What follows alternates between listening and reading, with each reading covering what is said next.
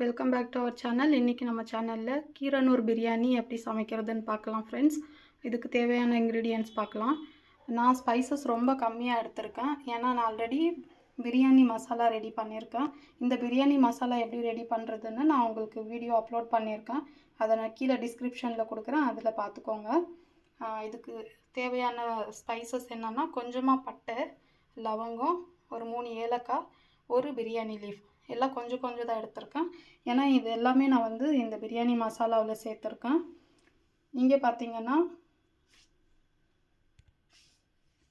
2 பெரிய வெங்காயத்தை நான் கட் பண்ணி எடுத்திருக்கேன். அதே 2 அளவுக்கு வந்து ரெண்டு வெங்காயத்தை நான் பேஸ்ட் பண்ணி எடுத்திருக்கேன். தக்காளி பார்த்தீங்கன்னா 3 மீடியம் சைஸ் தக்காளி பேஸ்ட் பண்ணி எடுத்திருக்கேன். இஞ்சி பூண்டு பேஸ்ட் ஒரு 3 ஸ்பூன் சேர்த்துக்கிறேன். இது பார்த்திங்கன்னா இதில் வந்து புதினா, கொத்தமல்லி, அப்புறமா பச்சை மிளகா ஒரு 4, இது மூணுமே ஒரு கைப்பிடி அளவு புதினா, ஒரு கைப்பிடி அளவு கொத்தமல்லி, பச்சை மிளகா 4 சேர்த்து நான் இதை அரைச்சி பேஸ்ட்டாக எடுத்திருக்கேன். 1 கிலோ ரைஸு, 1 கிலோ நான் மஞ்சத்தூள் போட்டு வாஷ் பண்ணியிருக்கிற சிக்கன் எடுத்திருக்கேன். நான் குக்கிங்க்கு வந்து கிரவுண்ட்நட் ஆயில் யூஸ் பண்ணுறேன். அடுத்து பார்த்திங்கன்னா ஒரு கல்லுப்பு, மஞ்சத்தூள், கொஞ்சமாக மஞ்சத்தூள், ஒரு பிஞ்ச் மஞ்சத்தூள், தேவையான அளவுக்கு மிளகாத்தூள்.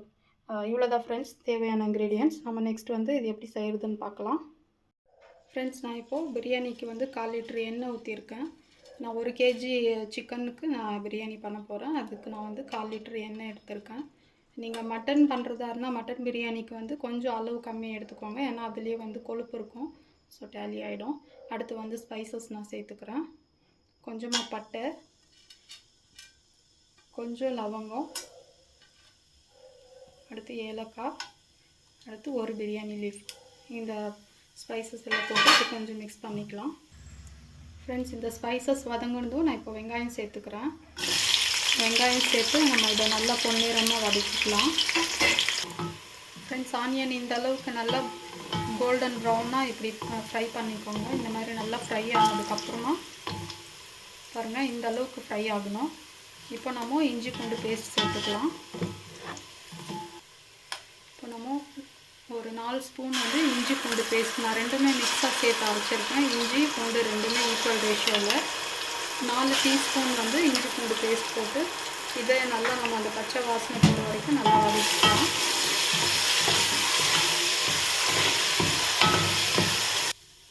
அடுத்து இந்த கொத்தமல்லி, புதினா, பச்சை மிளகா பேஸ்ட்டை வந்து நான் அரைச்சி வச்சுருக்கேன். இதையும் சேர்த்து மிக்ஸ் பண்ணிக்கலாம் ஃப்ரெண்ட்ஸ்.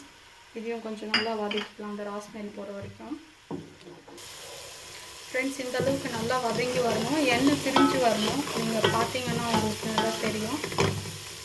ஃபுல்லாக எண்ணெய் இந்த மாதிரி பிரிஞ்சு இந்த மாதிரி வதங்கினதுக்கப்புறமா இப்போ வந்து நம்ம இந்த அரைச்சி வச்சுருக்கிற தக்காளி பேஸ்ட்டை நம்ம சேர்த்து அதையும் நல்லா பச்சை வாசனை போகிற வரைக்கும் நல்லா வதக்கலாம் ஃப்ரெண்ட்ஸ். இந்த ரா ஸ்மெல் போனதும் உங்களுக்கு அந்த ஃப்ளேவர், அந்த ஸ்மெல் வந்து அந்த நல்ல ஸ்மெல் வந்து உங்களுக்கே அது ஃபீல் ஆகும். அப்போ வரைக்கும் அந்த ரா ஸ்மெல் போகிற வரைக்கும் நல்லா வதக்கிக்கோங்க. எந்த அளவுக்கு நீங்கள் பொறுமையாக வதக்கி எந்த அளவுக்கு டைம் ஸ்பெண்ட் பண்ணுறீங்களோ அந்த அளவுக்கு உங்களுக்கு வந்து பிரியாணி டேஸ்ட்டாக வரும். ஃப்ரெண்ட்ஸ், இந்த தக்காளி பேஸ்ட் போட்டோம், அது நல்லா வதங்கி எண்ணெய் பிரிஞ்சு வந்திருக்கு. இந்த எண்ணெய் பிரிஞ்சு வந்ததுக்கப்புறமா இந்த ஆனியன் பேஸ்ட் சேர்த்துக்கிறேன்.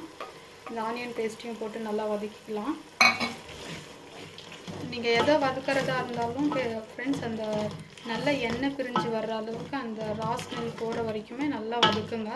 அந்த பச்சை ஸ்மெல் போனதுக்கப்புறமா உங்களுக்கு அந்த நல்ல மணம் வரும். அந்த நல்ல மணம் வர்ற வரைக்குமே நீங்கள் அது நல்லா வதக்கிக்கோங்க ஃப்ரெண்ட்ஸ். இப்போ இந்த ஆனியன் பேஸ்ட்டும் நல்லா வதங்கி வந்துடுச்சு. நீங்கள் நினைக்கலாம் பேஸ்ட் வேறு ஆனியன் அப்படியே வதக்குனாங்க, பேஸ்ட்டும் போட்டு வதக்குனாங்களேன்னு நீங்கள் நினைக்கலாம். இது பார்த்திங்கன்னா இந்த மசாலா இந்த மாதிரி அல்வா பதத்துக்கு நமக்கு இவ்வளோ மசாலா வரணுன்றதுக்காகத்தான் நம்ம இந்த மாதிரி மெத்தடில் பண்ணுறோம். இதுவே பார்த்திங்கன்னா ஹைதராபாதி பிரியாணி, சென்னை பிரியாணி, பெங்களூர் பிரியாணியில் மற்ற பிரியாணிஸில் வந்து ஆனியன் பேஸ்ட் போட மாட்டோம். இந்த கீரனூர் பிரியாணிக்கு மட்டும் இந்த மெத்தட் ஃபாலோ பண்ணுறோம். அடுத்து நம்ம வந்து பிரியாணி மசாலாவை நம்ம போட்டுக்கலாம். இந்த மசாலா நானே ப்ரிப்பேர் பண்ணது, வீட்டில் செஞ்சது. இந்த மசாலாவுக்கு தேவையான இன்க்ரீடியன்ட்ஸ் வந்து நான் உங்களுக்கு டிஸ்கிரிப்ஷனில் நான் வீடியோ லிங்க் ஆட் பண்ணுறேன். எங்கள் வீட்டில் பார்த்திங்கன்னா எந்த சமையலுக்கும் நாங்கள் மசாலா கடையிலேருந்து வாங்கி போட மாட்டோம்.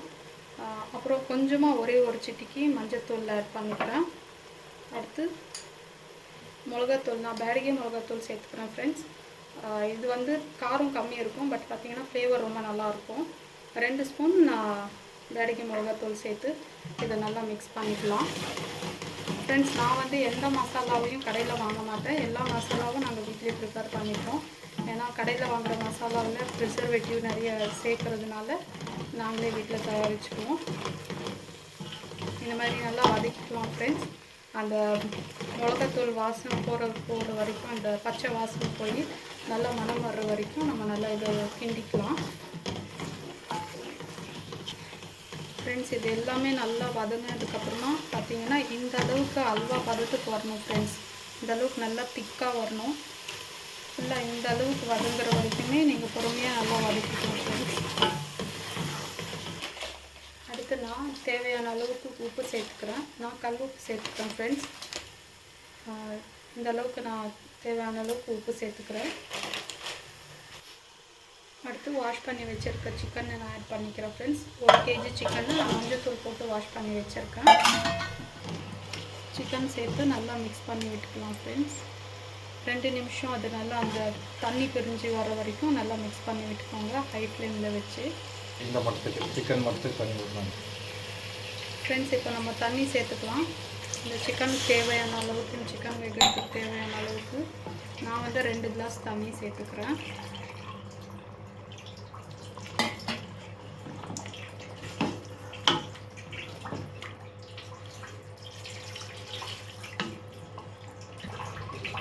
ஃப்ரெண்ட்ஸ், நான் இந்த அளவுக்கு தண்ணி ஊற்றிருக்கேன். சிக்கன் அளவுக்கு நீங்கள் தண்ணி சேர்த்துக்கோங்க. ஏன்னா ஒருத்தருடைய பாத்திரத்துக்கு ஏற்ற மாதிரி தண்ணி அளவு வேரி ஆகும். எனக்கு வந்து 2 கிளாஸ் தண்ணி ஊற்றிருக்கேன். சிக்கன் அளவுக்கு இந்த அளவுக்கு நீங்கள் தண்ணி ஊற்றிக்கோங்க. தண்ணி ஊற்றிட்டு இது நல்லா கொஞ்சம் ஒரு கொதி வரும்போது உப்பு செக் பண்ணிக்கோங்க ஃப்ரெண்ட்ஸ். உப்பு பத்தலைன்னா உப்பு ஆட் பண்ணிக்கோங்க. எனக்கு உப்பு கரெக்டாக இருக்குது. இப்போ நான் வந்து இதை ஒரு 50 to 80% வரைக்கும் வேகட்டும். வெந்ததுக்கப்புறமா அது எந்த அளவுக்கு வெந்திருக்குன்னு நான் உங்களுக்கு காட்டுறேன் ஃப்ரெண்ட்ஸ். அந்த சிக்கன் வெந்துட்டுருக்க அந்த கேப்பில் நான் இந்த ரைஸ் வந்து நல்லா வாஷ் பண்ணி 2 டைம்ஸ் வாஷ் பண்ணி ஒரு 20 மினிட்ஸ் நான் ஊற வச்சு எடுத்திருக்கேன். இதை வந்து நம்ம ஒரு 80% வேக வச்சுக்கலாம். நான் வந்து நார்மல் சோனா மசூரி அரிசி தான் நான் சேர்த்துக்கிறேன் பிரியாணிக்கு. நீங்கள் ஒரு வேளை பிரியாணிக்கு வந்து நீங்கள் ஜீரா ரைஸ் சேர்த்துக்கிறதுனா 50% வெந்தால் போதும் ஃப்ரெண்ட்ஸ். நான் வந்து நார்மல் ரைஸ் அதனால எனக்கு வந்து 80% வரைக்கும் நான் இதை வேக வச்சுக்கிறேன். உப்பு சேர்த்து வேக வச்சுக்கிறேன் ஃப்ரெண்ட்ஸ். இந்த சிக்கன் 80% நல்லா குக் ஆகிருக்கு. அதே மாதிரி எனக்கு ரைஸும் 80% குக் ஆகிருக்கு. இப்போ நான் அந்த ரைஸை வடித்து இதில் போட்டு நான் தம் போட்டுக்கிறேன்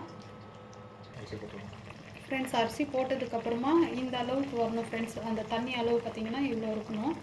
இது ஒரு வேளை பத்தலைன்னா வடித்த தண்ணியிலேருந்து கொஞ்சம் நீங்கள் ஆட் பண்ணிக்கோங்க. இந்த அளவு கரெக்டாக இருக்கணும். இதை வந்து நம்ம இப்போது மீடியம் ஃப்ளேமில் வச்சு நம்ம ஒரு இந்த சைடில் வந்து ஆவி வெளியே வர்ற வரைக்கும் ஒரு 3 to 4 மினிட்ஸ் வரைக்கும் நம்ம வெயிட் பண்ணலாம்.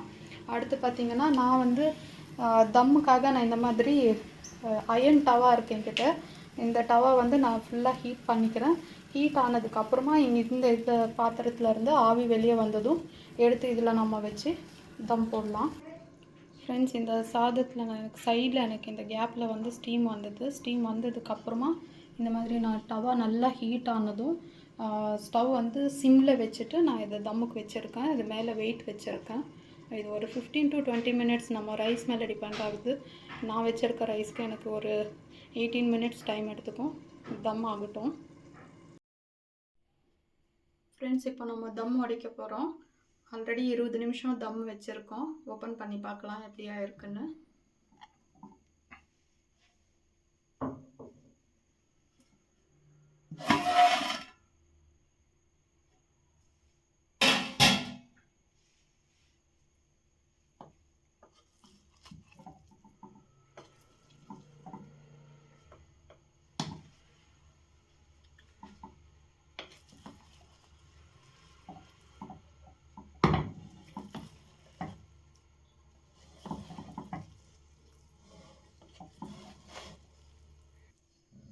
ஓகே ஃப்ரெண்ட்ஸ், தம் உடைச்சாச்சு. பார்த்தீங்கன்னா கரெக்டான பதத்தில் வந்திருக்கு பாருங்கள். சோறு ஒன்றோட ஒன்று ஒட்டாமல் கரெக்டான பதத்துக்கு வந்திருக்கு. இப்போ பிரியாணி ரெடி ஆகிடுச்சு. சுட சுட பிரியாணி இப்போ நமக்கு ரெடி ஆயிடுச்சு ஃப்ரெண்ட்ஸ். நான் இந்த பிரியாணியோட நான் தம் உடைக்கும் போது கொஞ்சம் நான் ஒரு 3 ஸ்பூன் வந்து கீ ஆட் பண்ணேன். அது வீடியோவில் நான் மிஸ் பண்ணிட்டேன். நீங்கள் அது பண்ணும்போது கீ ஆட் பண்ணிக்கோங்க. அப்புறம் பார்த்திங்கன்னா நான் ரைத்தா பண்ணியிருக்கேன். இந்த ரைத்தாவுக்கு ஒரு டிப்பு இருக்குது ஃப்ரெண்ட்ஸ். அது வந்து டேஸ்டியான ரைத்தா எப்படி பண்ணுறதுன்றதுக்கு ஒரு டிப் வச்சுருக்கேன். நான் அது உங்களுக்கு வீடியோ நான் டிஸ்கிரிப்ஷனில் நான் ஆட் பண்ணுறேன். செக் பண்ணி பாருங்கள். கீரனூர் பிரியாணி இப்போ சாப்பிட்றதுக்கு ரெடியாக இருக்குது ஃப்ரெண்ட்ஸ். இந்த வீடியோ உங்களுக்கு யூஸ்ஃபுல்லாக இருக்கும்னு நினைக்கிறேன். நீங்களும் சமைச்சு சாப்பிட்டு பார்த்துட்டு சொல்லுங்கள். இந்த வீடியோ உங்களுக்கு லைக்காக இருந்தால் எனக்கு லைக் பண்ணுங்கள், ஷேர் பண்ணுங்கள், சப்ஸ்கிரைப் பண்ணுங்கள். தேங்க்ஸ் ஃபார் வாட்சிங் த வீடியோ.